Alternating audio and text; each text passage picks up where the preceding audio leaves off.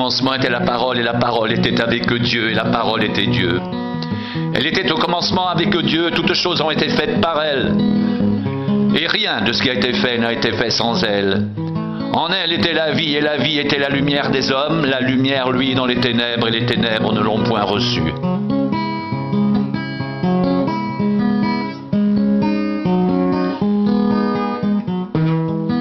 Cette lumière était la véritable lumière qui, en venant dans le monde, éclaire tout homme.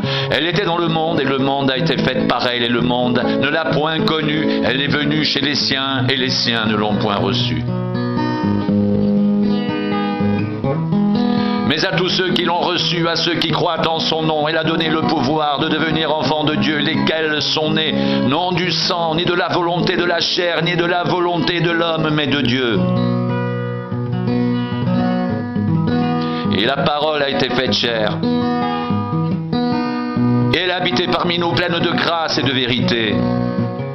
Et nous avons contemplé sa gloire, une gloire comme la gloire du Fils unique, venu du Père.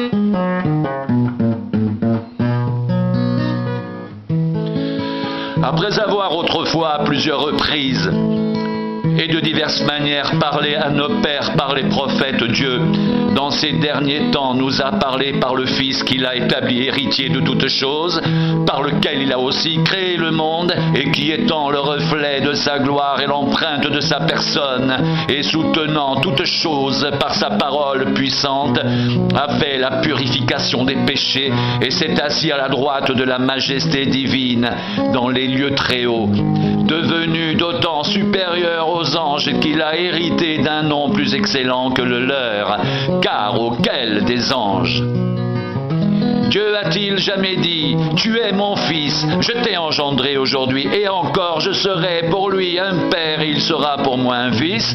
Et lorsqu'il introduit de nouveau dans le monde le premier-né, il dit que tous les anges de Dieu l'adorent. De plus, il dit des anges, celui qui a fait de ses anges des vents et de ses serviteurs une flamme de feu. Mais il a dit au Fils, ton trône, ô Dieu, est éternel. Le sceptre de ton règne est un sceptre d'équité.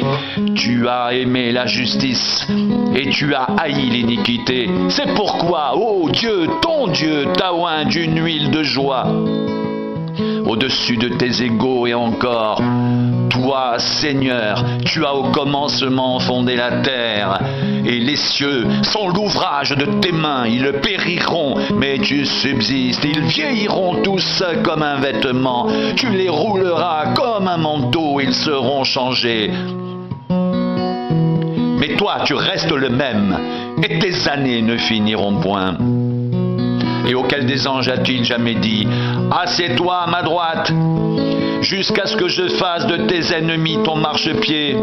Ne sont-ils pas tous des esprits au service de Dieu, envoyés pour exercer un ministère en faveur de ceux qui doivent hériter du salut?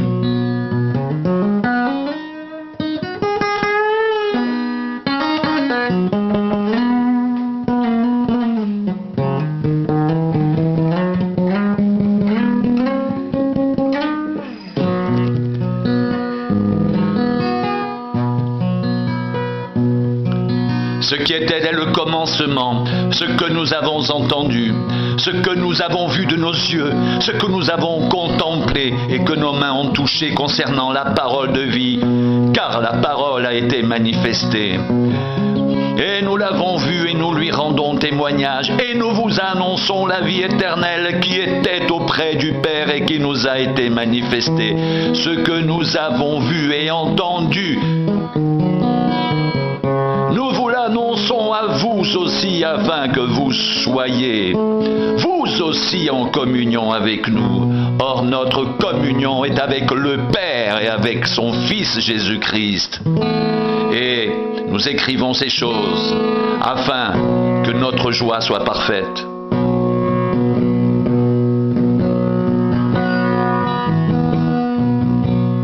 Nous savons que nous sommes de Dieu, et que le monde entier est sous la puissance du malin.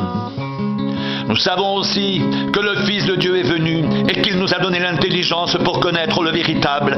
Et nous sommes dans le véritable en son Fils Jésus-Christ. C'est lui qui est le Dieu véritable et la vie éternelle. Petits enfants, gardez-vous des idoles.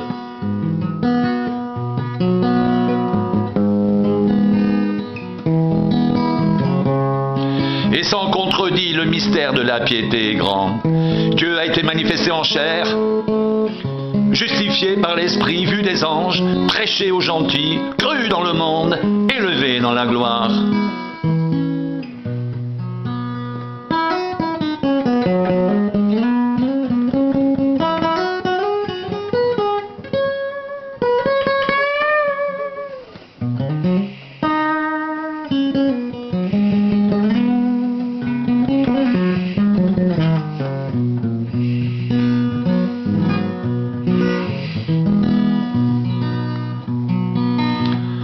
Ayant ce ministère selon la miséricorde qui nous a été faite, nous ne perdons pas courage. Nous rejetons les choses honteuses qui se font en secret. Nous n'avons point une conduite astucieuse et nous n'altérons point la parole de Dieu. Mais en publiant la vérité, nous nous recommandons à toute conscience d'homme devant Dieu. Si notre évangile est encore voilé, il est voilé pour ceux qui périssent, pour les incrédules dont le Dieu de ce siècle a aveuglé l'intelligence, afin qu'ils ne voient pas briller la splendeur de l'évangile de la gloire de Christ, qui est l'image de Dieu. Nous ne nous prêchons pas nous-mêmes, c'est Jésus-Christ le Seigneur que nous prêchons.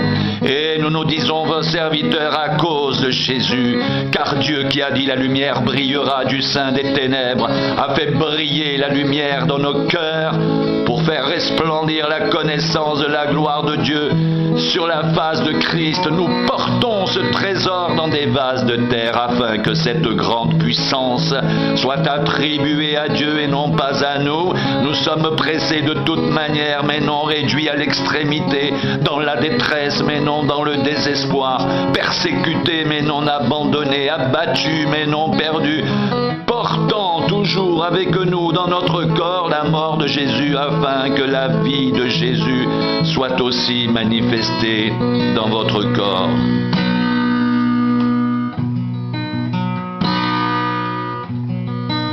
Car nous qui vivons, nous sommes sans cesse livrés à la mort à cause de Jésus, afin que la vie de Jésus soit aussi manifestée dans notre chair mortelle. Ainsi la mort agit en nous et la vie agit en vous. Et comme nous avons le même esprit de foi qui est exprimé dans cette parole de l'Écriture, j'ai cru, c'est pourquoi j'ai parlé, nous aussi nous croyons, et c'est pour cela que nous parlons, sachant que celui qui a ressuscité le Seigneur Jésus nous ressuscitera aussi avec lui et nous fera paraître avec vous en sa présence.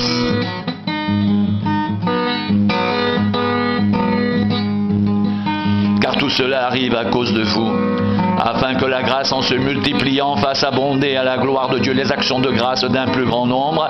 C'est pourquoi nous ne perdons pas courage, et lors même que notre homme extérieur se détruit, notre homme intérieur se renouvelle de jour en jour, car nos légères afflictions du moment présent produisent pour nous, au-delà de toute mesure, un poids éternel de gloire, parce que nous regardons non point aux choses visibles, mais à celles qui sont invisibles, car les choses visibles sont passagères et les invisibles sont éternelles.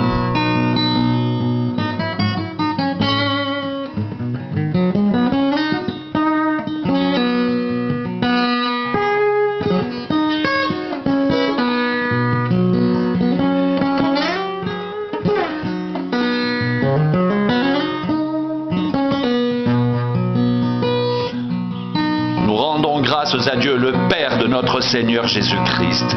Et nous ne cessons de prier pour vous, ayant été informés de votre foi en Jésus-Christ et de votre charité pour tous les saints, à cause de l'espérance qui vous est réservée dans les cieux, et que la parole de la vérité, la parole de l'Évangile vous a précédemment fait connaître.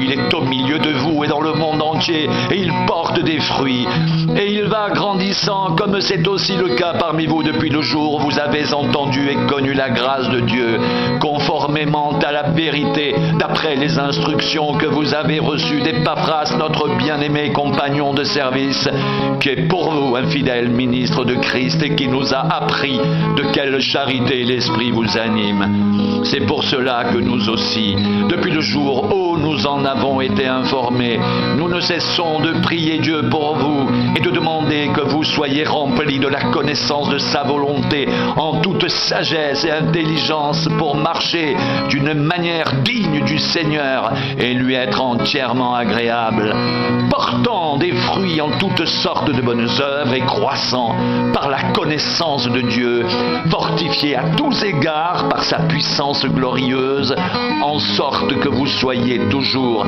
et avec joie persévérants et patients.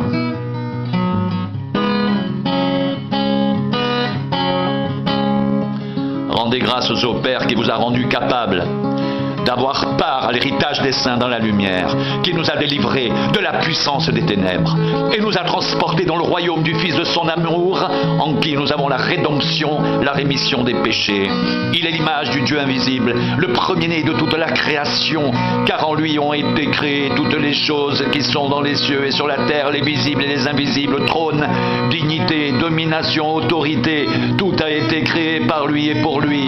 Il est avant toutes choses, et toutes choses subsistent en lui. Il est la tête du corps de l'Église, il est le commencement, le premier-né d'entre les morts, afin d'être en tout le premier, car Dieu a voulu que toute plénitude habitât en lui.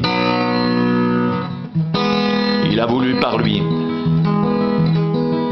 réconcilier tout avec lui-même, tant ce qui est sur la terre que ce qui est dans les cieux, en faisant la paix par lui, par le sang de la croix.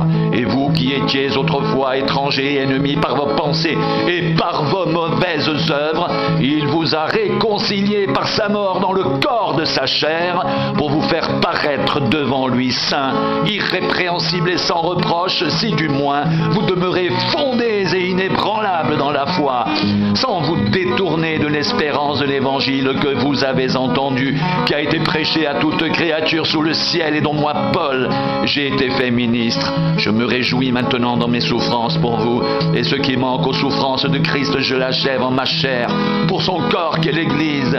C'est d'elle que j'ai été fait ministre selon la charge que Dieu m'a donnée auprès de vous, afin que j'annonce pleinement la parole de Dieu, le mystère caché de tout temps et dans tous les âges, mais révélé maintenant à ses saints, à qui Dieu a voulu faire connaître quelle est la glorieuse richesse de ce mystère parmi les païens, à savoir Christ en vous, l'espérance de la gloire. C'est lui que nous annonçons, exhortant tout homme et instruisant tout homme en toute sagesse, afin de présenter à Dieu tout homme devenu parfait en Christ. C'est à quoi je travaille en combattant avec sa force qui agit puissamment en moi.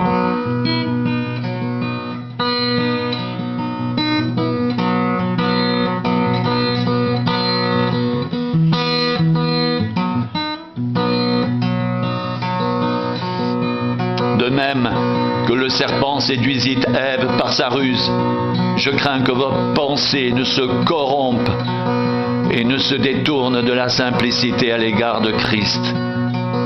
Oh, si vous pouviez supporter de ma part un peu de folie, mais vous me supportez, car je suis jaloux de vous d'une jalousie de Dieu, parce que je vous ai fiancé à un seul époux, pour vous présenter à Christ comme une vierge pure.